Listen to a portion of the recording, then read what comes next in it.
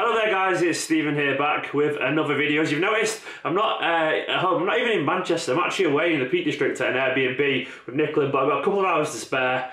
So I thought I'd do a very quick video because a lot of people have been asking for a loan update for our youngsters and what they've been up to and how they've been getting on. And there's so many, there's 20 odd, that I thought I'd try and group them together in certain little kind of clans to discuss over the course of several videos. And I thought, what better way to start with the NAC Breda bunch. Now if you don't know, City have formed a partnership with them last season where we decided to send lots of our young players on loan to them. They were in the second tier of the Dutch league, and now they're promoted to the Eredivisie after this season's efforts, after they won in the playoffs. So I thought I'd get all those players together, including MANU GARCIA, Brendan Barker, James HORSFIELD, Thomas Agyapong, David FAUPALA, and there's one more that I'm missing, and who is that? Ashley Smith-Brown. Yeah, so those six have all played for NAC Breda this season. So I'm going to go through them individually and talk about how they've come on and how they developed. Bear in mind, I've not been able to watch most of the games, obviously, because it's not possible simply to keep up with all the players and all the games that happen. But I tried to get an educated opinion and based how they've got on with what I've read online and what I've seen so far. I'm going to start with Brendan Barker, a player that a lot of people were very excited back about a year and a half ago, probably fairly as well. He was doing some absolutely brilliant things for our EDS and under-18s at the time, but maybe he didn't quite get the chance that he deserved, and it's fair to say his performance and his form took a little bit of a dip. But then he got sent out on loan to NAC Breda, and in general, I think he had something like 16 starts in about 20 games in the league, scored a couple of goals, nearly scored an absolute wonder goal as well, a back heel flick. I'll see if I can find that. If I can find it, it's appearing on screen somewhere now. If not, sorry about that. But yeah, he seemed to be impressing quite a bit, and the director of football was quite positive about him when he was talking about the state of the loanees so far that they'd had come to the club. But he got an injury around March time, so didn't get involved in the run-in for the playoffs. I actually saw him around the CFA as well towards the end of the season. I guess he was back over in England recuperating. What the future holds for him now, I am not too sure. I'll be honest, I think his time at City, the chance of him getting a first-team spot, I think he looks very, very difficult these days. I think his confidence and his drive maybe has deteriorated a little bit, and maybe he sees his future elsewhere now. I can't put words into his mouth because that's not what obviously he said publicly, but that would be my impression personally. I think Brandon's a very talented player, but I think he needs to find somewhere a little bit more suitable now for his talent, somewhere he can call home and somewhere he can develop to hopefully another level. Next up is Thomas Agyapong, a striker who we City signed through the Right to Dream partnership. It was which is an academy in Africa. Now I don't know much about this lad. I've not seen him much at all because he's one of those players that's never really played for our EDS or under-18s team. He's come straight from the academy that City signed a player every year at the Right to Dream academy, that is, that we signed one player every year from, and he's gone on loan to various clubs. He goes to Twente last year, and now this year he went on loan to NAC Breda, and he did okay. He was a squad player for them, mainly used off the bench. I think he had 10 starts, scored a couple of goals, and in general, I think he just kind of fitted into their squad.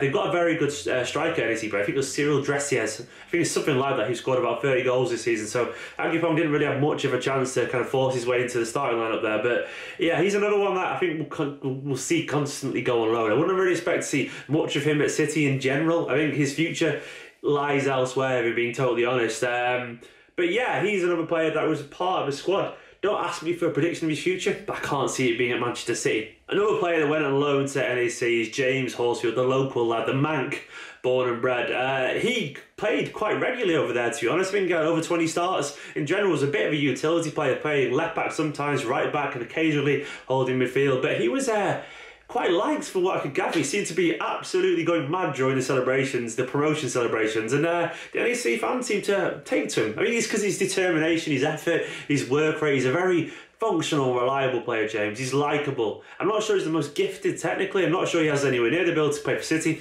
No offence, James. But he's a good player, a good functional player who should surely make a name for himself in the lower leagues, and maybe one day work himself back up towards the top. It's possible. Young players sometimes do this, but I'm glad he's had a season of football now at a club that appreciated him. He scored a couple of nice goals. I think he scored one goal that I remember at least, which was a really lovely finish into the top corner. And he's enjoyed his time over there. So maybe we'll see him in pre-season, but I suspect we'll see another loan for him next season somewhere else because he's early 20s now. He's 21, I think he is. Might even be 22. Someone will correct me in the comments, I'm sure. But James was a big part of their promotion player, so you can be quite proud of how he's done so far this season. One player who definitely stood out and shone more than any other at NAC, though, was our man, MANU GARCIA, the young, gifted Spanish playmaker. He had a relatively quiet spell at Alaves, where he didn't really get any game time at all over in Spain, but then he got caught back from that loan and went on loan to NEC. And to say that he had an impact is an understatement. He even won an award for the Bronze Bull, which is basically an award given out during certain kind of periods of the season for the most talented player. And he won that at one point. He was there driving force as they earned promotion, playing in the number 10 role, his favoured role, scored a couple, made a few assists. In general, looked fantastic. He shone in that team and was probably one of the best players in the league by the time it finished. And well done to him. I really like Manu. I think at times he struggled during the under-18s and needed us to actually excel. Though every single time I've seen him play first team football, be it for City or NEC, he seems to go up a level. Some players kind of enjoy that responsibility, enjoy being the focal point of a team, and he seems to be one that thrives in a competitive environment. We all saw his performance against Chelsea in the FA Cup last season, and he looks like he's taken that form into professional life at NEC. He's surely one destined for a better loan. Maybe he'll get a chance in pre-season this time as well. He didn't really get any game time last year in pre-season under Pep, but he's gone away, and according to Pep, he told him to grow as a person. He's done that already. So maybe we'll see a loan next season, someone like Girona for him. Maybe he'll stay over in Holland at Twente or even at NEC himself, but he's done his reputation no harm at all there, because he's a clever, technical and precise player. He just needs that little bit more experience, and him being out on loan for another season too, as far as I'm concerned,